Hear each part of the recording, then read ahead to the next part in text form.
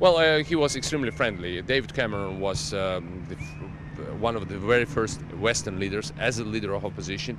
He came to Tbilisi just at the moment when we were being bombed by the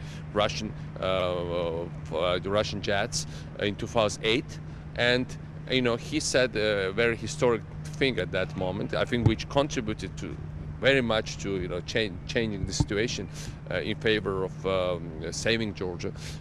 He said you cannot at the same time go shopping for Selfridges and rampage with your tanks for an European country. And I think he is somebody who clearly has his own amazing reform agenda. He understands what we have as a reform agenda.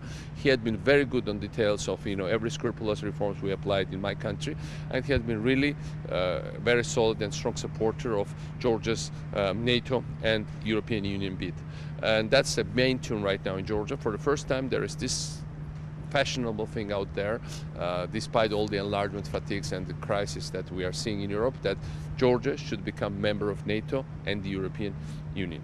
And that's a big geopolitical change that happened just within the next few months, during the last few months. And I think and the UK Prime Minister is one of the great proponents of this policy. ეს კვირა ჩვენთვის როგორც ხედავთ იყო ძალიან მნიშვნელოვანი საერთაშორისო მხარდაჭერის თვალსაზრისით, იმიტომ რომ ერთ კვირაში მოხდა სოფლიო სავაჭრო ორგანიზაციის საქართველოს გაწევრიანების, უბრალოდ რუსეთის გაწევრიანების საკითხზე საქართველოსთვის ძალიან მნიშვნელოვანი გადაწყვეტილებების მიღება, მართლაც ისტორიული გადაწყვეტილებების, როგორც ამას სწორად უწოდა ამერიკის შეერთებული შტატების ვიცე-პრეზიდენტმა, იმიტომ რომ პირველად საქართველოს საერთაშორისო საზღვრებზე, აღიარებულ საზღვრებზე დადგებიან საერთაშორისო დამკვირვებლები, ეს მართლაც გარკვევაა ჩვენთვის უკეთესობისკენ.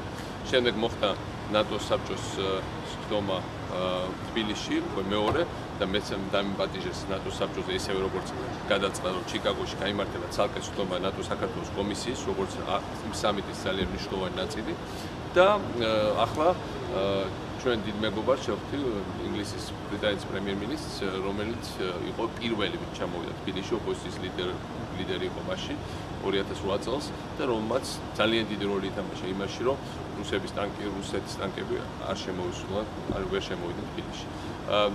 საერთოდ თავარი რაც იცვლება და მე მინდა ეს ყველამ გაიაზროს, რომ ახლა არის საერთოდ ისეთ სიტუაცია, რომელზეც ოცნებაც არ შეგვეძლოს 3-4 წლის წინ.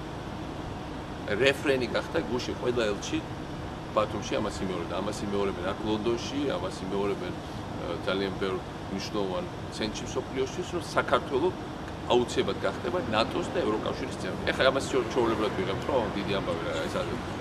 არასდროს ამ თემაზე ოცნებაც კი არ შეიძლება 3-4 წლის წინ. მართლა საქართველო გახდება ნატოს და ევროკავშირის წევრი. ეს არის უკვე როგორც კედელზე გამოხატული ჭეშმარიტება. და ქვეყანა, რომელიც პრაქტიკულად de facto არის კანდიდატი ნატოს და ევროკავშირის და ნატოსი უკვე de jure და ევროკავშირისგანაც ალბათ აქ მივალთ, ამ ქვეყნის ასე ადვილად გადასანსვლა, აფეთქება, შევიწროება, სწორი გზიდან გადაყვანა ძალიან ძნელია იმ ძალისთვის, რომელიც ამას ამდენ წელია ცდილობს. არასდროს საქართველოს ასე ახლოს არ ყოფილა, იმიტომ რომ ევროპაში დამკვიდრა. ხო, შემთხვევით არ არის, რომ საფრანგეთში შიდა პოლიტიკური დებატების ნაწილი ხდება საქართველოს. ამერიკაში შიდა პოლიტიკური დებატების ნაწილი ხდება საქართველოს. რაღაც ქვეყანა იქით კი არა, ფაქტორი გახდა განსაზღვრული რაღაც პროცესების ევროპაში და ამერიკაში. ამიტომ მართლაც ჯერ იცით, რომ ომის შემდეგ იყო ცდილობა საქართველოს იზოლაციის, სხვადასხვა დაშინებებით, მოსყიდვებით და ასე შემდეგ და თავარი რითაც საქართველოს შემოაბრუნეს არის ის, რომ ჩვენ განვითარდით მართლა წარმოუდგენლად დიდი ტემპით თან იმასე შედარებით რამეს ვინმეს წარმოედგინა მართლა კრედიტ აღდექით მართლა სულ სხვა ენერგია შევიძინეთ და სულ სხვა ხარისხი გამძლეობის და